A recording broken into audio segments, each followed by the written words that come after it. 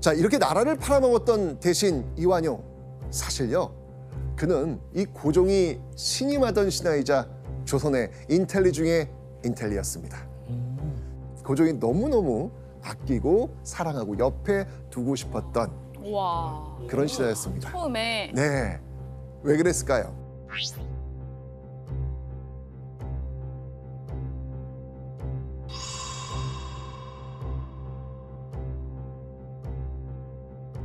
자, 그런데 이완용의 관직 생활 터닝 포인트가 시작된 곳이 있습니다. 바로 여기입니다. 잘 보세요. 외국인 선생님? 오. 학교. 맞습니다. 학교입니다. 영어, 세계사, 서양의 정치와 법률, 수학까지 이전에 조선에서는 배운 적 없는 새로운 학문을 가르치는 공간입니다. 자, 그리고 이 당시로서는요, 생각지도 못한 아주 파격적인 수업 방식을 보여주었는데요. 무엇이었을까요? 수업 방식? 네. 외국어 오! 수업. 맞습니다. 모든 수업을 영어로. 영어로. 아, 진짜요? 네. 저기 외국 수업을 다 영어로 했어요? 맞습니다. 모든 수업을 저 당시에. 영어로 진행했습니다. 파격적이죠. 네. 그죠? 지금도 파격적이에요, 사실 그건. 그럼요. 맞습니다. 이 학교의 이름이 있습니다.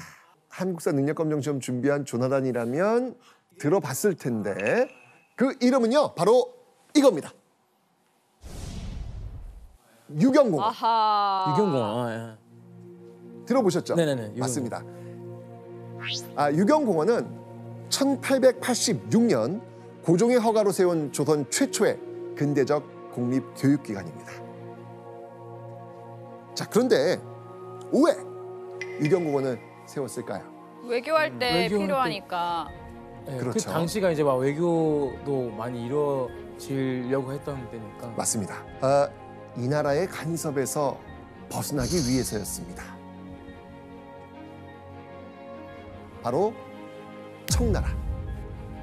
아, 그렇죠. 아시죠? 예, 네. 군신. 자, 병자호란 패배 이후 이 청나라는 쭉 이 조선의 외교와 내정에 사사건건 간섭하고 있었죠. 자, 고종은요, 이 청나라를 벗어나기 위해 어떤 나라의 도움을 받으려고 합니다. 바로 미국입니다. 아.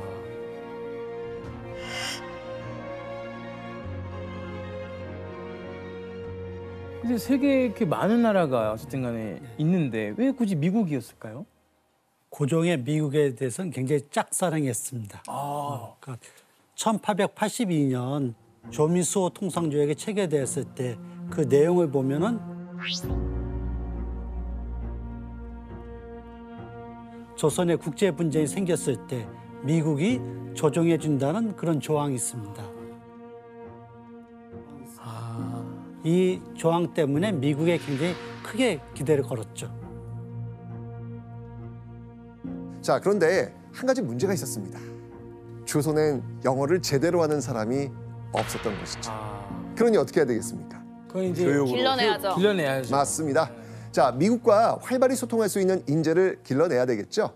자, 유경공원은요, 서양과의 교류, 외교에 필요한 기본적인 지식과 문화를 익힌 외교 재원을 양성하고 있는 그런 학교였습니다.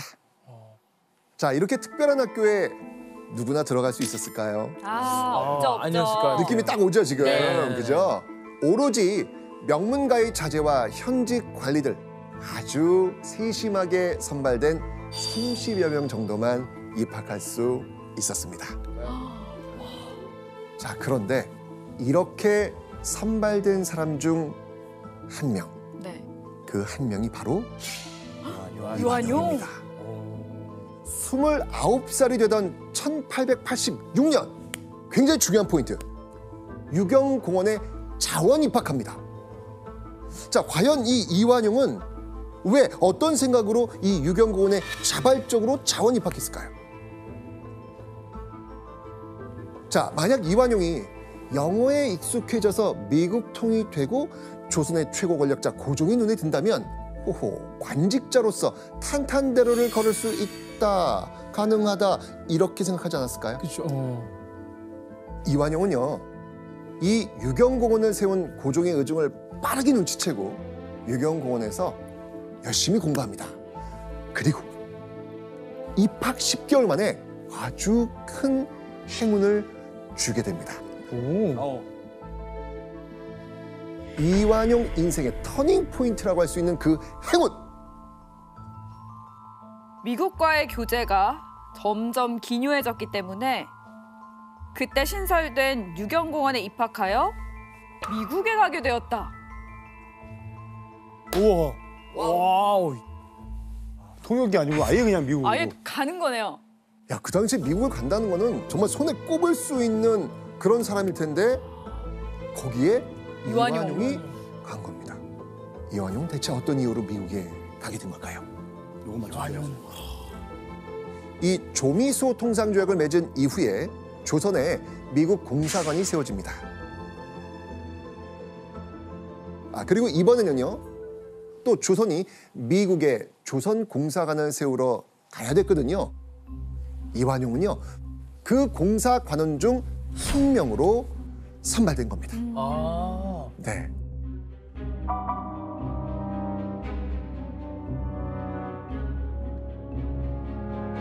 이완용이 31살이 되던 1888년 1월 1일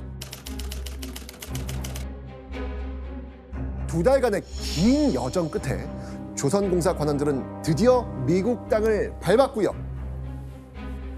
정식으로 조선공사관을 엽니다. 오. 자, 그렇게 미국 생활을 이어가던 어느 날 도착 후 11개월 만에 주미 책임 공사관에게 귀국하라 라는 명령이 내려옵니다. 귀국하나? 이유가 무엇이었을까요? 바로 청나라의 압력 때문이었습니다.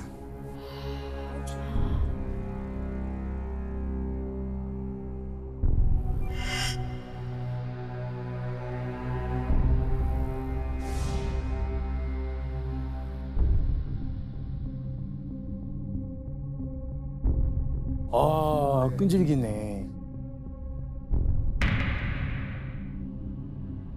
청나라는요, 허락도 없이 단독으로 이런 일을 진행해, 이거 웃기는 일이야, 자신들을 무시한다고 생각했던 겁니다.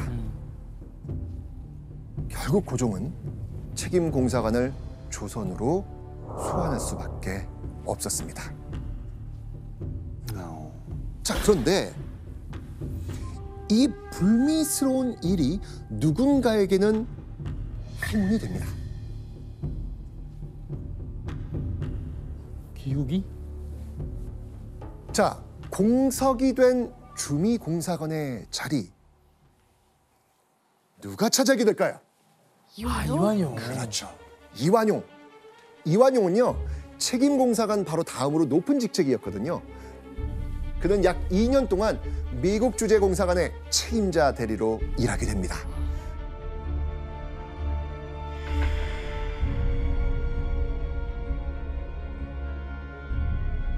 자, 당시 이완용이 어떤 모습으로 일했는지 궁금하지 않습니까? 너무 궁금해요. 미국 현지에서 현지에서. 예. 네. 그 사진 한번 보겠습니다. 자, 자, 여기 뒤쪽이 이게 워싱턴, 미국 대통령 알죠? 워싱턴? 네. 생가예요, 생가. 아. 그 앞에 지금 찍은 사진입니다. 맨 오른쪽, 네, 여기 나와 있죠, 지금. 와. 이렇게 한복을 입은 남자, 여기 부인입니다. 그 같이 갔어요? 네네, 같이 갔습니다. 자, 서양인들 사이에 이렇게 갓을 쓰고 도포를 두른 모습. 와.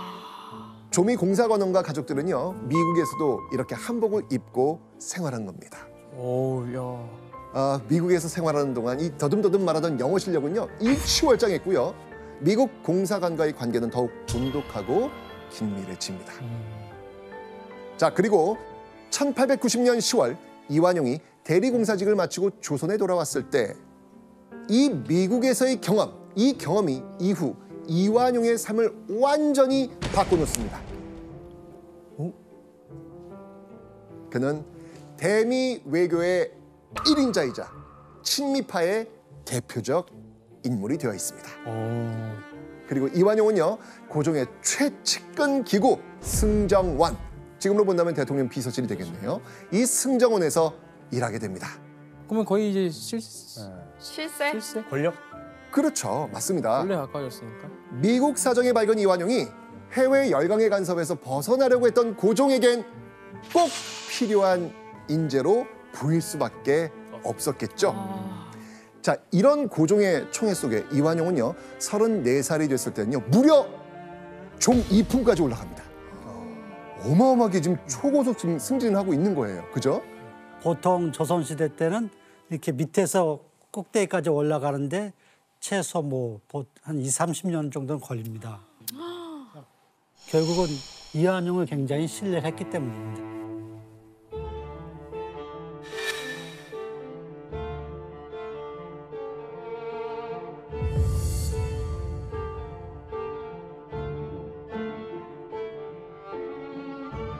자, 이완용은요 친미파로 고종의 최측근에서 승승승승 장구한 것입니다.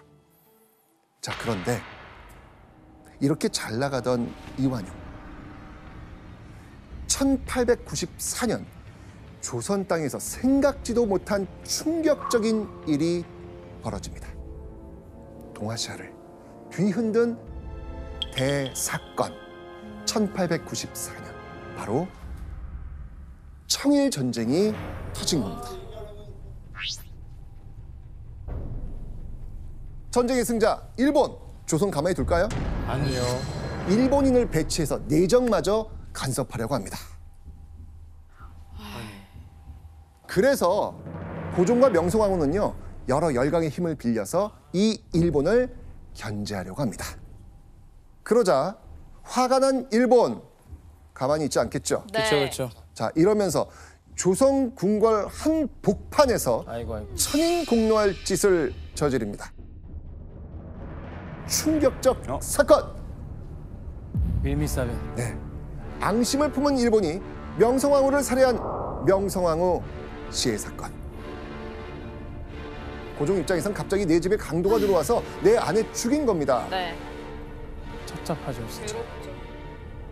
고종은 경복궁에 꼼짝없이 갇혀서 친일파 관리와 일본의 감시 속에 두려움에 떨며 잠을 청할 수밖에 없는 상황이 벌어집니다. 이때 고종의 신뢰를 한 몸에 받고 있는 관료 이완용. 자, 이때 이완용은 어디에서 무엇을 하고 있었을까요? 지금 이 힘의 흐름이 변하는 걸 보고 설마. 이완용은요 자신과 친분이 돈독했던 미국 공사관으로 재빨리 대피해 있었습니다. 자, 그렇다면 이완용은 고종을 구출한 다음 과연 어디로 도피시키려고 했을까요? 어디겠습니까? 미국. 당연하겠죠. 네. 바로 자신이 지금 피해 있는 미국. 미국 공사관. 이완용은요 이런 기회를 이용해서 조선의 최고 권력자 고종을 구출하면 자신의 정적 입지가 크게 올라갈 거라고 이미 계산이 끝난 상태입니다. 이완용은 고종을 구출하기 위해서 30여 명의 행동대를 대동하고 궁으로 갑니다. 오. 그런데 자, 이 사전에 구출 계획이 발각되면서 결국 실패합니다. 이완용 포기했을까요? 아니요. 아니요? 이완용은요 미국 선교사를 통해서 이 고종과 연락하면서 다음 기회를 또 노립니다. 그리고 1896년 2월 11일 드디어 그 계획 성공합니다. 오, 성공했어요? 네, 경복궁을 떠나 고종이 피신한 곳. 아, 예. 러시아 공사관? 맞습니다. 러시아 공사관. 이완용은요 미국 공사관이 아닌 러시아 공사관에 고종을 피신시킨 겁니다. 이 사건이 무엇이다? 아관 파천. 와.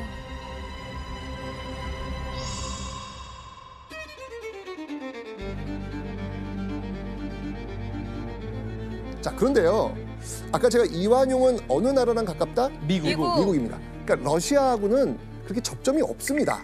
자, 그렇다면 어떻게 아관 파천을 주도할 수 있었을까요? 자, 이완용에게는요 특별한 네트워크가 있었습니다. 외국 공사관이 많은 정동을 중심으로 만들어진 외교 커뮤니티 정동 브락부의 회원이었던 겁니다. 진짜 그 활동을 많이 그러니까요. 자, 그리고 이완용은요, 정동 불학부에서 미국, 러시아와 가까웠던 이들과 함께 고종을 러시아로 탈출시킨 겁니다. 고종을 구해낸 공으로 이완용은요, 하루아침에 관료직 감투를 3개나 받습니다. 그야말로 고종의 최측근 관료로 우뚝 서게 된 겁니다. 하지만 일본은요, 러시아 공사관으로 피신한 이 고종을 계속 압박합니다. 과연 어떻게 압박했을까요? 일본은요, 조선 백성들이 모두 보는 신문에 한글로 이런 글을 싣습니다.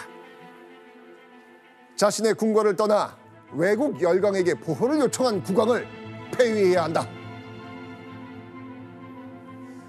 나라가 어려운 상황에서 이런 신문이 돈다? 그럼 우리는 누구 의지? 우리도 어떻게 막 이렇게 좀 되게 불안했을 것 같은데. 그죠? 자, 이 불안해하는 백성의 민심을 달래기 위해서 고종은 이완용에게 이 사태를 수습하도록 명령합니다. 이완용은요, 고종의 명령을 받들어서 신문사에 엄중히 경고했고요. 선동성 기사는 싣지 않도록 일본 공사에 조치를 취합니다. 이야. 진짜. 자, 이 대표 친일파로 우리가 익히 알고 있는 이 이완용은요, 이때까지는 일본을 철저하게 미워하고 경계했던 것입니다.